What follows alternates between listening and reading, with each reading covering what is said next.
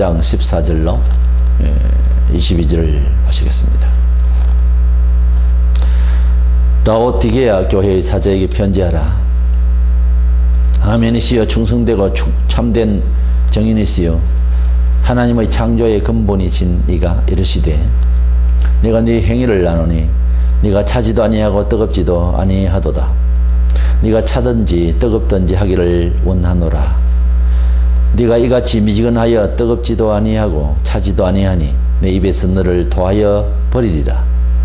네가 말하기를 나는 부자라 부요하여 부족한 것이 없다 하나 내 곤고한 것과 가련한 것과 가난한 것과 눈먼 것과 벌거벗은 것을 알지 못하는도다.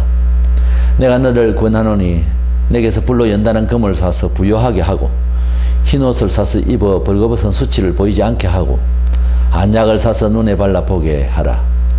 무는 내가 사랑하는 자를 책망하여 징계하노니 그러므로 네가 열심을 내라 회개하라. 볼지어다 내가 문 밖에 서서 두드리노니 누구든지 내 음성을 듣고 문을 열면 내가 그에게로 들어가 그와 더불어 먹고 그는 나와 더불어 먹으리라. 이기는 그에게는 내가 내 보좌에 함께 앉게 하여 주기를 내가 이기고 아버지 보좌에 함께 앉은 것과 같이 하리라. 귀 있는 자는 성령이 교회들에게 하시는 말씀을 들을지어다. 아멘. 오늘은 아시아 7교회 대표로 사면 7가지의 교회 중에서 그 마지막 번째 되는 라오디게아 교회를 선방하시는 주님의 말씀을 우리가 함께 듣고 주님이 원하시는 교회의 바른 상을 우리가 마음속으로 또 개인적으로 교회적으로 회복받고 주님의 축원을 우리가 받아들이기를 원합니다. 라오디게아 교회는 매번 읽을 때마다 칭찬이 하나도 없는 교회로서 안타까움을 금할 수가 없습니다. 교회가 처음부터 그랬지는 않았을 건데 이미 이 교회가 주님 앞에서 조금도 칭찬받을 것이 없는 이런 교회가 되어 있다는 것입니다. 그래서 주님께서 나타나실 때의 모습이 충성되고 참된 정인이시며 이렇게 표현되어 있습니다. 창조의 근본 되신 예수님으로 나타났습니다. 이 교회는 충성되지 못하다. 충성이라는 말, 믿음이라는 말 다 비슷합니다. 그래서 믿으면 충성하게 되어 있는데 이 교회는 대간절 하나님을 믿는 그런 태도가 하나도 없다는 겁니다. 계시록을 해석을 할 때에 계시록 2장 3장에 있는 아시아에 있는 7교회를 처음부터 에베소 교회부터 시작해서 라오디게아 교회까지를 시대적으로 그렇게 있을 교회의 상으로 보는 사람들도 있습니다. 그래서 에베소 교회는 초대교회고 라오디게아 교회는 말세교회다. 제일 마지막에 있으니까. 그러나 그렇게 해석하는 것은 무리가 있습니다. 왜냐하면 말세에도 빌라델비아 교회 같은 교회도 있고 에베소 교회 같은 교회도 있기 때문입니다. 그래서 라오디게아 교회는 개인적 신앙에도 라오디게아 교회처럼 될 수도 있다는 겁니다.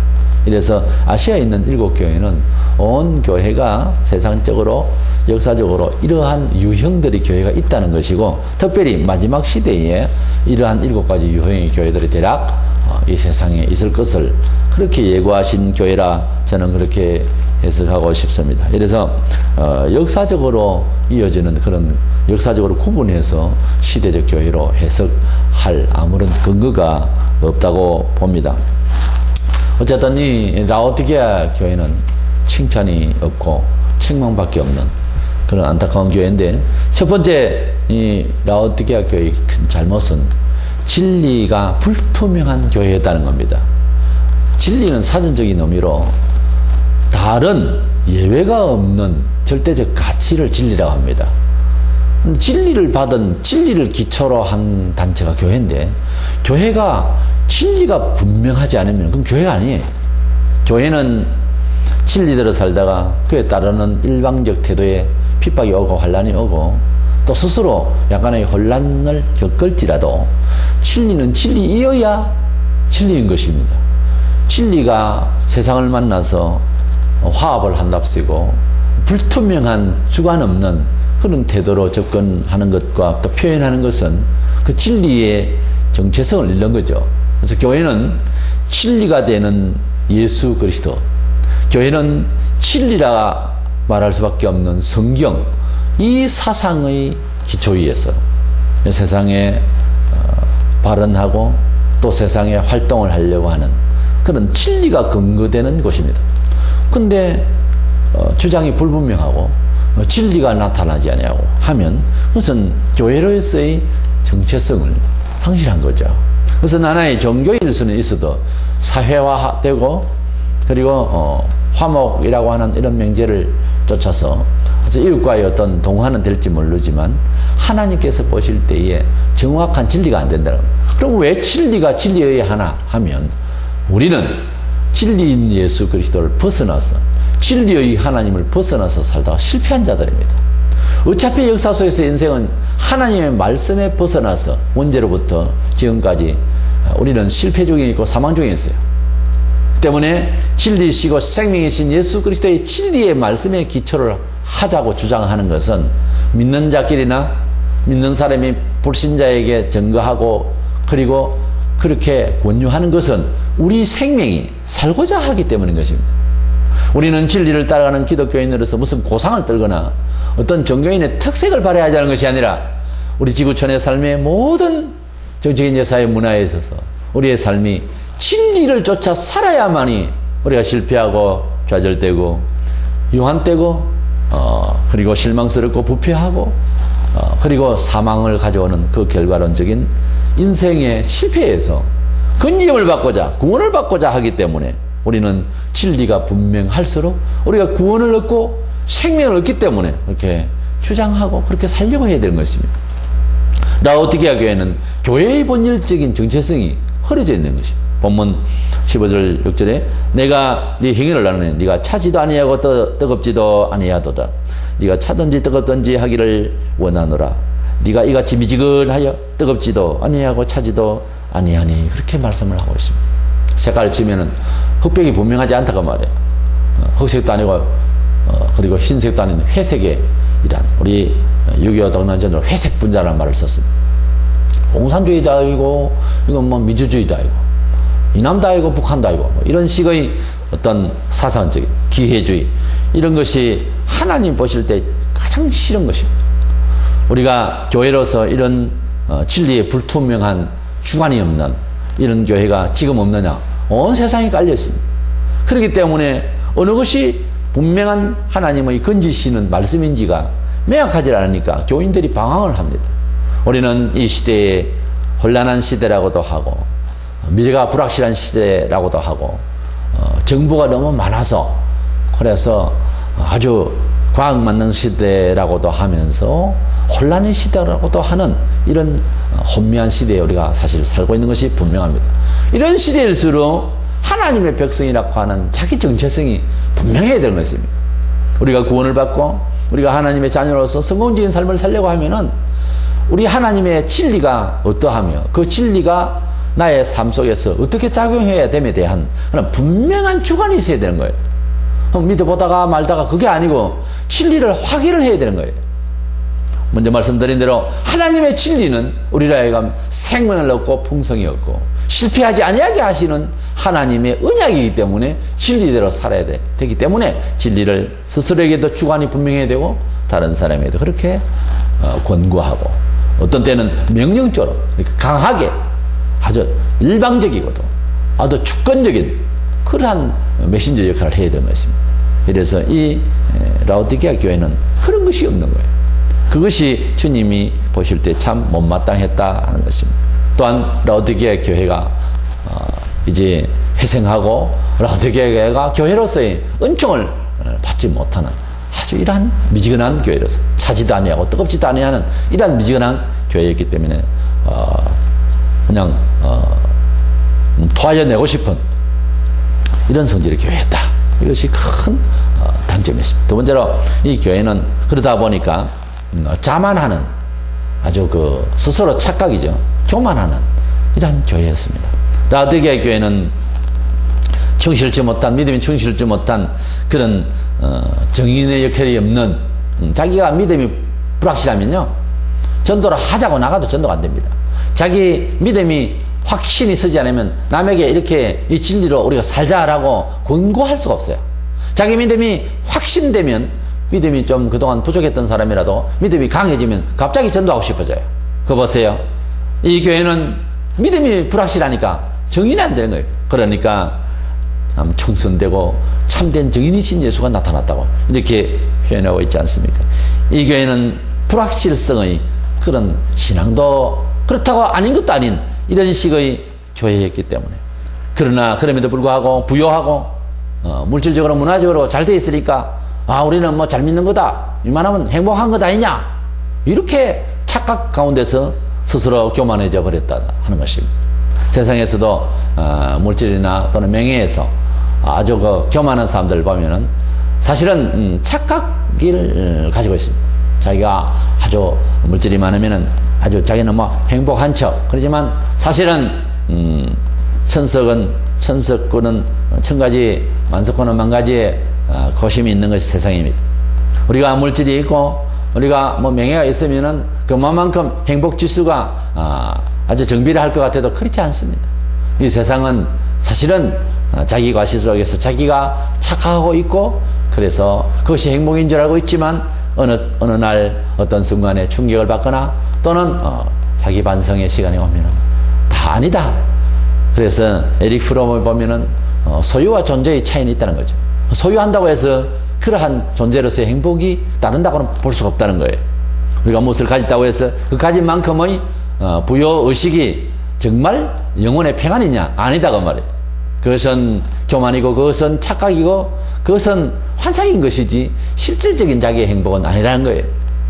결코 물질과 명예 그리고 환경이 행복하고 정비례한다고는 볼 수가 없어요. 어떤 때에는 보면 오히려 그 반대일 수가 있어요. 대부분의 경우에 그 역행합니다. 보통 오히려 없는 가운데서 행복할 수 있고, 곤고한 가운데서 하나님을 특별히 더 경험할 수 있고, 우리가 어려운 가운데서 오히려 더 성령 충만할 수 있는, 약할 때 곧 강함이라 바울이 그렇게 말했습니다. 우리는 그러한 이치 속에서 진리를 발견하고 그런 진리의 성공적인 어떤 처세, 어떤 그런 경험, 이것이 우리에게 풍성하기를 원하는 것입니다. 본문 17, 8절에 네가 말하기를 나는 부자라 부유하고 부족한 것이 없다 하나 네 공고한 것과 가련한 것과 가난한 것과 눈먼 것과 벌거벗은 것을 알지 못하는도다. 내가 너를 구원하노니 내게서 불로 연단한 금을 사서 부요하게 하고 흰옷을 사서 입어 벌거벗은 수치를 보이지 않게 하고 안약을 사서 눈에 발라 보게 하라. 그렇습니다. 여기에 불로 연단한 금을 사고, 이것은 신앙심, 금과 같은 그러한 불변의 어떤 진리를 사라는 말이고, 흰옷을 입는다는 것은 마음이 정결케 되어서 양심 있게 거대지는 믿음의 옷을 말하고, 안약을 사서 눈에 바르라는 말은 그때 당시에 라오디게아에는 동네에는 모직 공업의 중심지였고 또 안약과 또 의학고가 있었다고 합니다. 그래서 그 안약을 살 수 있었던 장소이기 때문에 이제 그것을 염두에 두고 거기에 교회에게 이제 안약을 사는 것처럼 성령의 기름을 사서 정말 영적인 안목의 눈을 이렇게 뜨게 할 수 있도록 그렇게 눈에 발라라. 그래서 성령이 충만해서 영안이 밝아라, 그런 뜻입니다. 그런데 여기에 말씀해 보면은 전부 다 어떻게 말하고 있냐면은 연단한 금을 사라, 흰옷을 사라, 안약을 사라고 되어 있어요. 사는 것은 어떤 무엇을 지불해야 되지 않겠어요? 그렇잖아요. 안약을 그냥 공짜로 얻는 것이 아니라 사라고 해서요. 금도 사고 안약도 사고 옷도 사라고 되어 있죠. 이것은 주님이 우리에게 주신 구원이요, 그냥 된 것이 아닙니다. 주님은 대속의 죽음을 죽으셨다, 보통 이렇게 말합니다. 우리 대신해서 피를 우리 대신해서 바쳐서 우리를 산 것과 마찬가지입니다. 주님은 우리가 묶여서 이렇게 가고 있는 노예와 같은 세상살이 중에 우리를, 노예를 어떤 사람이 값을 지불하고 사가지고서 우리 한 사람 한 사람을 빼내듯이 주님께서 대속하셨어. 그 죽음의 목숨의 그 보혈의 가치를 통하여 우리를 구속하셨던 것입니다. 그래서 주님이 우리를 구원하실 때에 당신의 피로, 당신의 생명으로 값을 치르고 우리를 죄인된 가운데서, 우리를 노예 가운데서, 세상 노예 가운데서 우리를 빼내서 구원해 주신 것처럼 우리도 신앙생활을 하는데 공짜가 없습니다. 고통이 있고 우리 주님 앞에 주님의 그 은혜의 보혈을 그냥 가만히 앉았어. 아무런 노력도 없고 인내심도 없고 간절함도 없이 얻을 수가 없어요.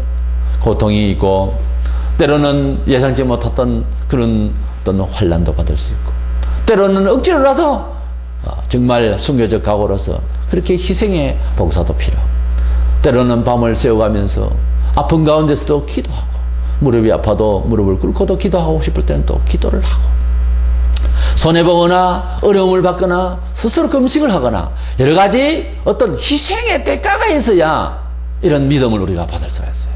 우리가 받으라고 했지만은 우리가 옷을 입고 우리가 안약을 사서 눈에 바르고 이러한 금을 사고 하는 이런 부분들 마음의 믿음의 부요를 금으로 비웠습니다. 믿음이 부자가 되라 하는 것입니다. 밖으로 부자는 그 영원히 부자가 아니라고 말이에요.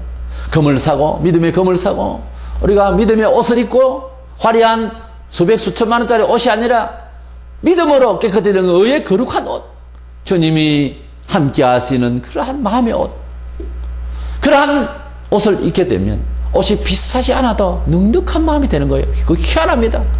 주님이 입혀주시는 믿음의 옷을 입으면 그저 단정하면 그저 단정하고 그저 깨끗이 빨아서 그저 입으면 천하지만 않을 정도의 옷만 입어도 얼마나 감사하고 충분합니다. 그렇게 비싼 옷을 입을 이유가 없어요. 우리는 주님 앞에 우리 눈이 교만한 눈으로 이 세상을 돈 없고 어려운 사람을 내려 까보고 아주 사람을 째려보고 하는 눈이 믿음의 눈으로 성령으로 눈을 안양을 발랐어. 우리 마음의 눈이 열리면 선한 눈으로 이 세상을 바라보는 깨끗한 맑은 눈으로 이 세상을 바라보기 때문에 혹 세상에 추하게 보이는 것들이나 혹 여러 가지 혼란스럽게 보이는 것들 또는 측은하게 보이는 것들마저도 믿음의 눈으로 열어보면 다 가능성으로 보이고 아름답게 보이고 의미 있게 보이게 된 것입니다. 믿음의 눈이 열리고 믿음의 성령의 안약을 발라서 마음의 눈이 열리면 모든 세상이 그렇게 찬미하고 있고 모든 세상이 그렇게 아름답게 보이는 것입니다. 여기에는 그런 표현이 없지만은 귀도 이비인후과에 가서 너희가 귀를 좀 뜨게 하라 이렇게 말씀은 없지만은 우리가 믿음의 귀가 열리게 되면요 좋은 소리가 들리고 세상이 잘못되어 있는 틀려먹은 그래서 그런 소리를 들어서는 안 되는 그런 소리도 구분을 다 하게 되어 있어요. 영적인 귀가 열리고 영적인 눈이 열리기를 원하는 것입니다. 영적인 믿음의 옷을 입기를 원하는 것입니다. 영적인 믿음의 이 마음의 부요가 있기를 원하는 것입니다. 우리는 망가지를 가지지 않아야도 가진 것처럼 되어져야 되겠고 우리는 좋은 옷을 입지 않아야도 좋은 옷을 입은 것처럼 충분히 감사하면서 단정히 행할 수 있는 그러한 태도를 취할 수 있어요. 얼마든지 우리는 세상에서 이겨나갈 수 있는 그러한 믿음의 옷을 가지기를 원하며 눈이 열려서 귀가 열려서 잘 보고 듣는 분석력이 있고 그래서 하나님의 것을 잘 구별하고 그래서 선과 악의 소리를 잘 구별하고 우리 하나님께로 우리가 나아갈 수 있는 그런 우리 몸이요 체질이 되기를 원하는 것입니다. 이 교회는 자만하는 교회로서 자기 착각 속에서 사는 꼭 물질 문화에 찌들은 오늘날 현대 사회를 살아가는 사람들처럼 이 라오디게아 교회는 아주 영적으로는 형편이 없는데 영적으로는 주님이 보실 때 피폐하기 그지없는 교회인데 자기들은 그냥 물질 문화에 취해서 잘 살고 있느라고 이런 착각이 우리에게도 있을 수가 있는 거예요. 우리가 물질이 있고 우리가 잘 되어 있을 때는요 교만하게 되어져서 사람이 나빠지게 되는 것입니다. 잘 먹고 잘 살게 되면은요 여지없이 누구나 쓰러집니다. 다윗도 그랬고 솔로몬도 그랬고 역대 모든 종들이 다 너무 부유해져 버리면 너무 잘 되어져 버리면 그때부터 기울게 되는 것입니다. 이것이 사람의 한계인데 항상 조심해야 되는 거예요. 그렇게 할 바에야 차라리 너무 많이 가지면 안 되고 그래 할 바에야 차라리 너무 높은 데 올라가면 안 됩니다. 그걸 좋아하면은 그것을 달성하게 되면은 권태가 오고 거기서부터 태만이 오기 때문에 조심스러운 거죠. 그렇기 때문에 우리가 무엇을 달라가 높아지려고 하는 기도 자체가 이 너폐가 있는 거예요. 어떻게 감당하려고 달라고 하는 겁니까? 항상 조심하면서 가지고 있는 것을 경건히 쓰고 자기 위치에서 충성되게 하면 주님이 필요한 만큼 올려주시고 채워주실 줄로 믿는 것입니다. 이 라오디게아 교회는 너무 인본적이고 너무 세속적이고 너무 이런 세상에 편성돼서 가치 이념이 빈질된 교회였습니다. 세 번째로 이 교회는 우리 주님께서 정말 원하시고 우리 교회가 항상 그렇게 돼야 되는데 그들은 인간적으로는 잘 되어 있는지 모르지만은 주님과 함께 식사를 할 때도 그렇고 동행을 할 때도 그렇고 사람들과 항상 뭔가 인원을 하고 조직 가운데서 그래서 교회 교인들끼리 뭐든지 움직이고 교인들끼리는 잘 하는데 주님의 뜻대로 엎드리며 둘이 모이든 서이 모이든 열이 모이든 모여서 우리 주님의 뜻을 기리면서 어떻게 하면은 우리가 주님이 기뻐하시는 대로 우리 교회가 되어질까요? 그리고 내 자신이 그렇게 되어질까요? 이런 질문도 하고 겸손하게 자기를 내려놓고 이런 뭔가 주님과 함께 동거동락을 하는 이런 삶의 정서가 없고 인간적인 것만 되면 다 된 것처럼 주님은 안 보이는데 사람들끼리는 친교를 맺는 이런 어떤 뭐 친교회 같은 어떤 사회 어떤 문화적인 친교회 같은 이런 분위기의 교회가 됐다. 오늘날은 얼마나 많이 교회가 그런 분위기입니까? 불신자들이 교회로 오면은 교회인지 뭐 재미나는 어떤 뭐 그룹인지 모를 정도로 옛날에는 안 그랬습니다. 교인들이 나누는 대화나 교인들이 가지고 있는 말투가 하나님의 뜻을 생각하기 때문에 근접하기 상당히 힘들었습니다. 마음의 각오를 하지 않으면은 교회에 함부로 들어올 수도 없었어요. 왜? 언어와 대화의 중심이 하나님께 있거든요. 그것이 못마땅히 해서 예사로 교회를 들락거릴 수가 없었던 거예요. 근데 오늘날 어떻습니까? 불신자들이 편에서는 좋습니다만 대화의 내용이 대화의 중심이 그게 아닌 거예요. 소위 문화선교로 불신자들과 신자가 섞여서 구분이 안 가는 이런 분위기로 간다고 하는 것은 이건 반성되어야 됩니다. 이것은 아니 우리 히브리서 12장 6절에 보면은 주께서 그 사랑하시는 자를 징계하시고 그가 받아들이시는 아들마다 채찍질 하심이라 했습니다. 이 교회에 주님께서 책망을 하시고 매를 들겠다고 하셨습니다. 토하여내겠다 그러고 아주 나무랬었습니다. 왜 그렇습니까? 주님과 함께 하기 위해서 참 하나님의 백성은 때로는 권직을 합니다. 때로는 징계를 합니다. 때로는 매를 드십니다. 그래서 그런 말씀들이 있는데요. 교회가 인본화되고 인간적으로만 이렇게 사교의 어떤 중심을 가지고 이렇게 하면 주님이 참 싫어하시는데 본문 19절 20절에 물은 내가 사랑하는 자를 책망하여 징계하노니 그러면 네가 열심을 내라 회개하라. 볼지어다 내가 문 밖에 서서 두드리노니 누구든지 내 음성을 듣고 문을 열면 내가 그에게로 들어가 그와 더불어 먹고 그는 나와 더불어 먹으리라. 문을 열어주면 내가 들어가서 함께 식사를 하겠다. 이 말은 무슨 밥 먹는 문제가 아닙니다. 우리 마음의 문을 열고 주님을 받아들이며 우리의 삶이 주님과 함께 동화되어서 주와 함께 살겠다는 거예요. 지금 문을 열고 이웃 어떤 가까운 어떤 교인들 자기 집에는 들락거리는지 모르지만은 문을 열어줬는 건 모르지만은 주님이 그의 마음속에 주님이 그의 가정에 주님이 그의 모임에 참여를 못했다는 거예요. 주님이 때가늘 그게 화가 난다는 거예요. 주님을 사랑하지 않고 주님의 이름만 있는 이 교회에 사람들끼리만 친교하니까 책망하고 싶은 거예요. 때리고 싶은 거예요. 주님이 미운 거예요. 그렇지 않겠어요? 당신의 이름으로 모인 것에 당신의 이름이 전혀 개입이 안 된다면 이건 문제가 있는 것 아니겠어요? 생일날이라든지 집들을 한다든지 그날에 그 상황에 주인공은 있는 겁니다. 근데 주인공 이름으로 모여서 주인공은 아무 의미가 없고 자기들끼리 조상집에도 그렇습니다. 찾아가서 우리나라 같은 경우는 밤을 새워가면서 위로를 하기도 하고 한다. 고스톱이나 치고 웃고 심지어 조상집에서 그래서 돈 따먹는 그런 일에만 신경을 쓰고 조상집에 위로할 일은 하나도 없다면 그거 정말 왜 왔습니까?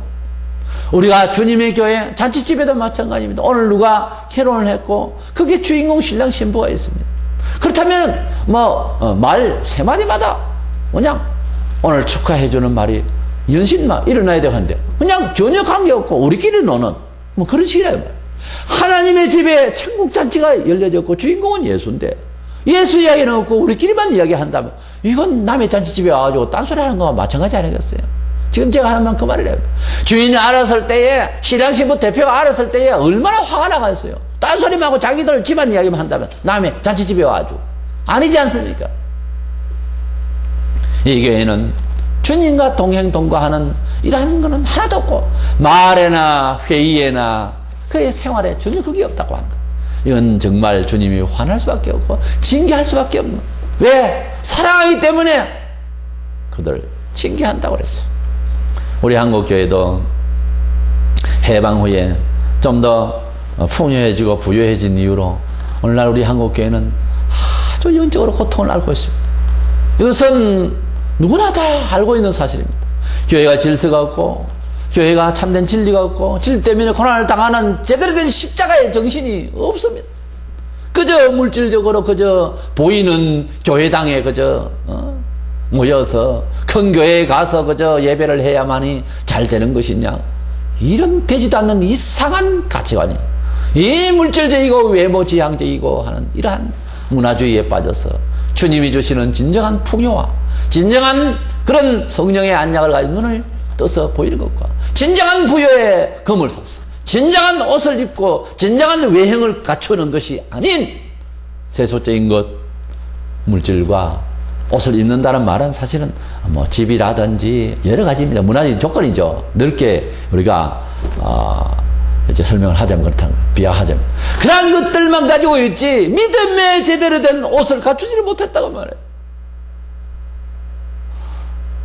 보이는 가치관, 이해하는 능력이 성령의 안락이 없어서 눈이 어두워서 흐려져 있다 이 말이에요. 눈에 다른 것이 가려져서 세상을 오해하고 있는 거예요. 자기 자신도 오해하고 있는 거예요. 라오디게아 교회는 라오디게아 교회 자체보다 우리 자신이 이 시대를 살면서 우리가 이런 교회의 성격을 가지고 있다고 하는 것, 정말 우리는 스스로 반성하면서 이 마지막 시대에 우리가 불투명했던 라오디게아 교회를 향하여 분노하시고 답답해하시던 주님의 음성을 새삼 우리가 우리에게 주신 말씀으로 받아들이면서 진리에 확실히 살아있는 정체성이 분명한 저와 여러분 되시기를 축원합니다.